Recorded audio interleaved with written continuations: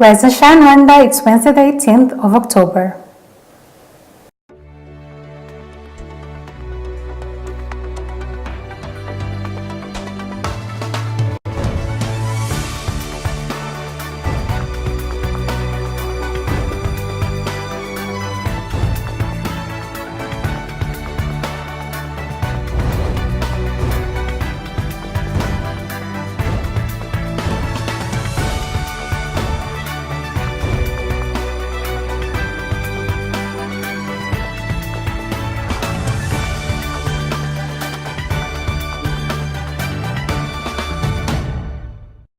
Coming up on today's Rise and Shine Rwanda. Somalia under attack. We take a look back at the tragic event. What creating a buzz on social media? We have a scoop. Good morning, you're watching Rise and Shine Rwanda with me, Irene. And me, Fidelis Karango. Over the next half an hour, we'll take you through what's trending in the world of business, lifestyle, as well as what's on the topic of everyone's mind in the news. But first, let's take a look into our news features.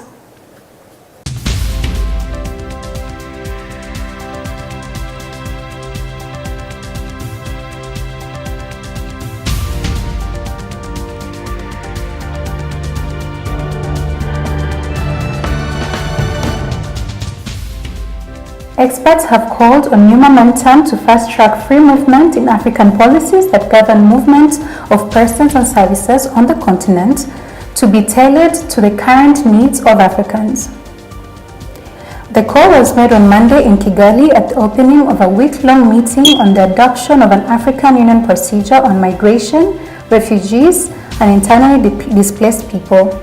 The documents include the protocol to the treaty establishing the African Economic Community relating to free movement of persons, rights of residence, and rights of establishment and its implementation plan, the revised AU Migration Policy Framework for Africa, as well as the Common African Position on Global Compact for Safe, Orderly and Regular Migration. Experts at AU say more than 80% of African migrants remain in the continent, hence the need for sound policies and measures to better organize movement of people. The week-long meeting attracted over 200 participants, including ministers and experts in migration, refugees, and forced displaced matters. And in regional news, the Democratic Republic of Congo has been elected to the UN rights body, making it among the 15 countries elected to the United Nations Human Rights Council for a 3-year term on Monday. Britain and the US were not happy about this move, which they criticized, with US Ambassador to the United Nations Nikki Haley calling for the Human Rights Council votes to be competitive and saying Congo's election harmed the credibility of the body. While Congo was elected and contested to the 47-member Geneva-based council, it still needed majority support. The country beset by renewed political and militia violence since President Joseph Kabila refused to step down in December, won 151 votes. Countries that aggressively violate human rights at home should not be in position to guard the human rights of others, Haley said in a statement. Angola, Senegal, Slovakia, Ukraine, Chile, Mexico, Peru, Afghanistan, Nepal, Pakistan, Australia and Spain were also elected to the body on Monday, while Nigeria and Qatar won second terms. Their terms start on January 1st, 2018. The violence in eastern and central Congo has displaced over 1.5 million in the past year and revived fears of civil war in a country where conflicts from 1996 to 2003 resulted in millions of deaths and spawned dozens of armed groups that prey on local populations and exploit natural resources. And in international news, as many as 165 unidentified bodies have been buried after a massive truck bomb attack in Somalia capital Mogadishu on Saturday. At least 276 people have died at the government news agency SONA says only 111 of them have been identified. It is also planned that a Turkish military plane is going to take 40 of the injured to Turkey for medical treatment. The attack has been named the deadliest terror attack in Somalia since the Islamist group Al-Shabaab launched its insurgency in 2007. The country does not have a public health record database and does not have the means to identify people using DNA, meaning that some of the bodies that were burned beyond recognition will not be identified. No group has yet said it is behind the bombing. Let's take a look at a detailed report courtesy of Euronews. The aftermath of one of the deadliest attacks to hit Somalia in the last 10 years. The death toll from twin bomb blasts that struck busy junctions in the heart of the capital, Mogadishu, has soared to at least 137. It's reported the eventual number of dead could be much higher. At least 300 people have been injured. They are being treated in hospitals around the Somali capital. What happened yesterday was incredible, he says. I've never seen such a thing before. The death toll is uncountable. Corpses were burned and no one could recognize them. The president has declared 3 days of national mourning and called for donations of blood and funds to help the victims of Saturday's attacks. There was no immediate claim of responsibility. The Islamist militant group Al-Shabaab stages regular attacks in the capital and other parts of the country.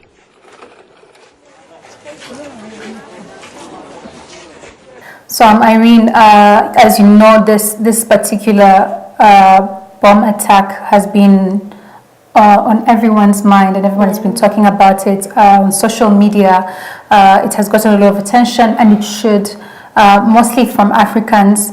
And it is just absurd that, especially with the African Union in place, with so many meetings going on how to improve safety in Africa, there's still incidences like this happening, especially when the Al-Shabaab had previously warned about doing an attack. Most people are complaining and saying African nations did not take this threat seriously, otherwise this could have been avoided. Of course, there's also people saying we should stop sitting, and I agree with them, we should stop sitting and waiting on, the EU or all these European countries to come help us with our issues, because that's not going to happen. We have to find solutions for our own problems.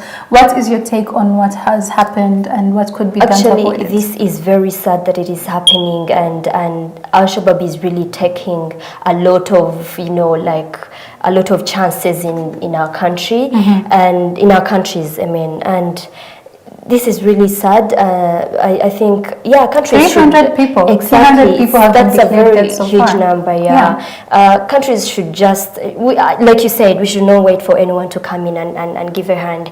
Let us get up. Let us stand up and fight for our people, for our nations, and And the other thing is also when you talk about the attention that this is getting. Just last week we were talking about the attack in Vegas, and how it had gotten so much attention, even from us, the African people. Exactly. But when an incident like this that happened in Mogadishu, in the same region, almost, no one even makes it such a big deal, and that for me is absurd, because as it is, we already have so much negative media going out about Africa. Africa is this, Africa is that, they're not developed, they're corrupt, they're doing all these things, and then there's also the fact that, okay, now there's terror attacks and none of us is talking about it and saying, listen, so they're happening, this is what we're doing to try and avoid them, this is what you can do to help us avoid these terror attacks, and you should also take these terror attacks as serious the way as you did for the Vegas incident, international level. Exactly, because these are people that died at the hand of terrorists. And this is not the first time it is happening. It has been happening. It has been happening over and over again. And actually, one of the saddest stories that I've had so far, and everybody has been talking about, is of this student called Miriam Abudali Gedi, who was supposed to graduate from medical school in Somalia, and she is one of the victims of this attack. Now, we keep on saying we need to make Africa better. And now even the people who are trying to make Africa better by getting an education die at such a young age because we're not doing enough to protect our nations. And over the careless powers behind, Exactly. And then, so far there's no particular the President of the United States has not made any particular statement, but we all know that it's been said that this whole situation happened simply because Donald Trump was elected President of the United States. And the current president of Somalia actually holds double nationality, so he's American but he's also Somalian. And so when this happened, Al-Shabaab literally sent out a threat saying, we will attack, we are not going to tell you when, but we will attack, and it's simply because Donald Trump is President of the United States. Now, I feel like for me, this, especially since it happened in a location, in a location where so many, it was a busy street, so there's businesses, there's all these things, happening in that street. There's more measures that could have been taken to protect these people that were not taken. Fine, and then also, so now that it has happened, how are we handling this situation? Exactly.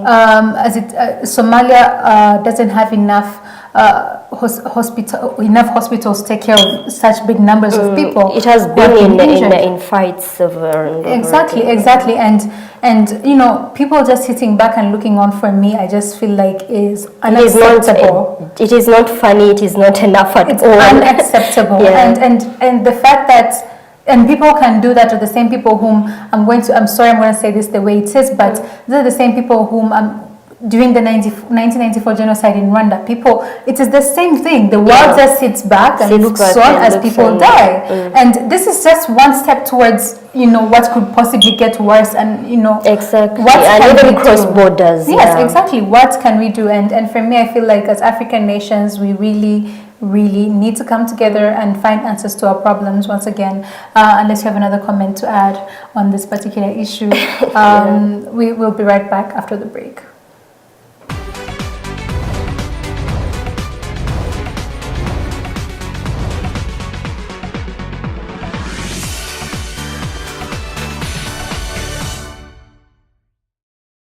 Welcome back to Rise and Shine Rwanda. Now, for our lifestyle segment today, we're going to do things a little bit differently, simply because, as we all know, the 11th of October was the International Girl Child's Day, and we weren't able to have a feature on that, and that's why we're dedicating our lifestyle segment of the show on this particular topic. And of course, on all social media platforms, there's a hashtag that everybody's talking about, the Me Too hashtag, that has given a platform to so many women to talk about the various abusive situations that they've been through and were not able to talk about previously.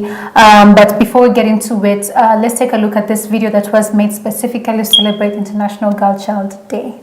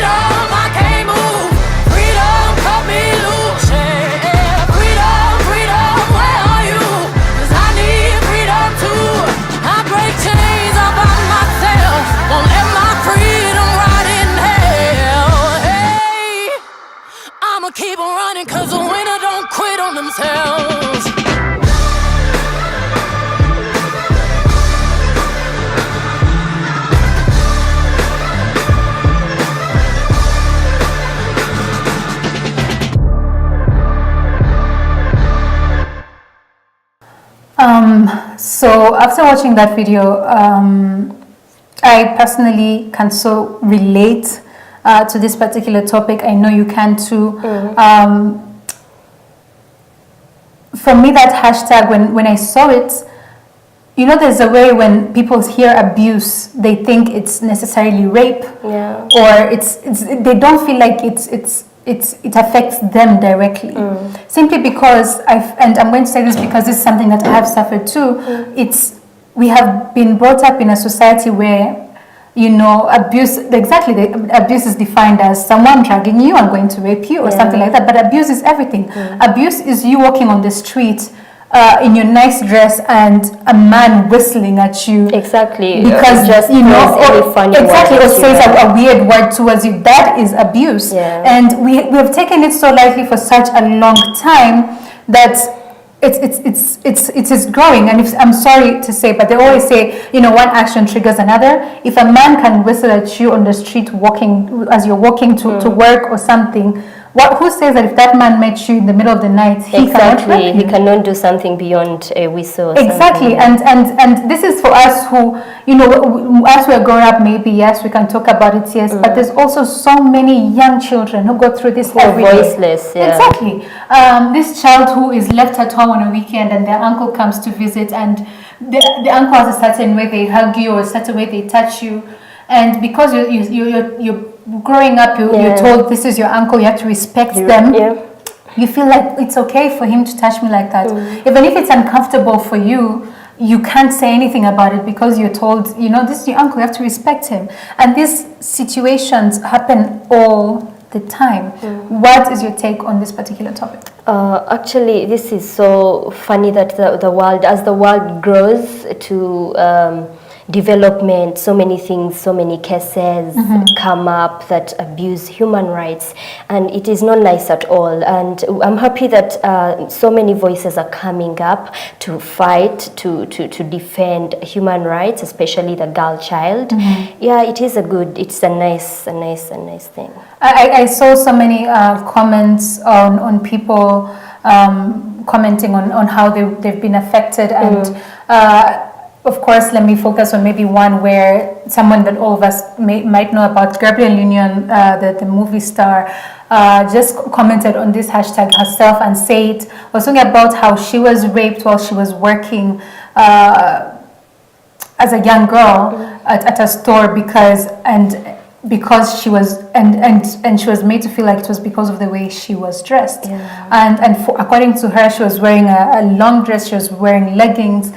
It was not her fault, but we are always made to feel like you played a part. There always come excuses when someone just goes wrong. I mean, yes, true, and it's truly unacceptable. And it's not just even from people that we don't know; it's also from people that we know. All of us as girls, we have friends, we have colleagues who, you know, you take them a document and they say, oh, you look nice today, and we should probably, you know, if you weren't in the office, I'd probably do this and this to you. These are things that, like I said, for me, I feel like we have been taking so lightly for such a long time, but they are simply unacceptable. And like I said, one action triggers the other, so we should not let people feel comfortable treating us a certain way, even in relationships, by the way. You know, there's so many of us who in relationships are told if a guy treats you a certain way, he'll hit you and say, oh, but I did it because I love you, or he'll force you to have sexual intercourse with him and say, but it's your responsibility as my girlfriend. If you don't do it, then why are we together? And then it's like a guilty. They guilt you into doing like things that you didn't want to do. I remember I was watching Oprah, and Oprah said one thing about relationships that for me until today I always try to remind myself, and I hope that people watching this show will relate to it. She said, "Love doesn't hurt."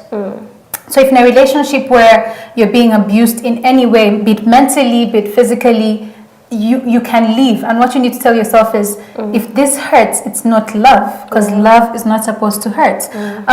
Again, I'm going to say this again for the children. Parents need to be very watchful of how they take care of their kids and what they teach their kids, you know, because it's one thing to teach a kid respect, it's one thing to teach a kid to, you know, not just utter whatever they want to in public. Because this is something that is going to guide them as they grow up. Exactly. They have to learn to be opinionated, especially about things that make them uncomfortable. Otherwise, this is how, you know, the kid will grow up thinking this is okay until something really bad happens. Yeah, so, and I mean, this is really nice, the platforms that are coming up to really give people audience to share their experiences and to also empower others, because there's so many things that happen to people and someone just fears to come up and say something. Yeah, you feel like you can't talk about it. You can't talk about it, but this is also giving energy to even that one who's been silent to come up and share ideas and know what to do. Yeah, because we're taught that if you talk about it, maybe you're not strong, or you're less of a woman. A woman should be able to handle this. You should not be able to handle anything. You don't have to, especially if it's something that's hurtful to you. Talk about it. There could be someone else going through it that you could save just from talking about your story. So once again, as we celebrate, because for me, I feel like the Day of the Girl Child should not just be celebrated on one day. It should be an everyday thing. And then there's also people who've commented that this is another feminist movement. It is not. There's a balance like thing. Exactly. It is not. We're women. We have rights too. We have to fight for them, and we're just doing it a lot better than people did 10, 15, 20 years ago. So again, as we continue to celebrate the Day of the Girl Child, let's all do our part to not only protect ourselves but all the girls and women around the world. You're watching Rise and Shine Rwanda. Stay with us. We'll be right back after the break.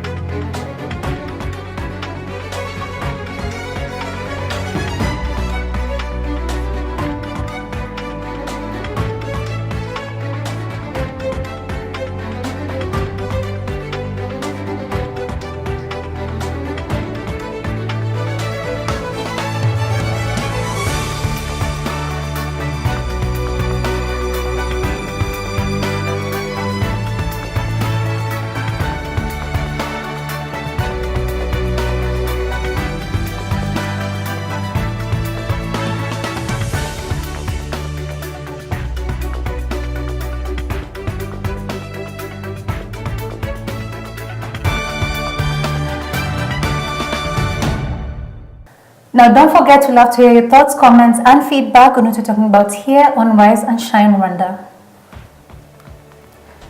Tweet us at Rise and Shine RW. Like us on Facebook and send us ideas for the program. Check out our Rise and Shine Rwanda YouTube page where you can catch all the shows and reports that we do. Find us on Instagram, Rise and Shine RW. We love to see your pictures. Or check out our Rise and Shine Rwanda website. Well, that's all that we have time for today. We love to hear your feedback and do let us know if you have any idea for the program. You've been watching Rise and Shine Rwanda with me, Irene Kanhengwa. And me, Fidas Karango. We'll be back here same time, same place next week, so do join us then. But for now, from the both of us and the rest of the Rise and Shine Rwanda team, have a very good day. Goodbye.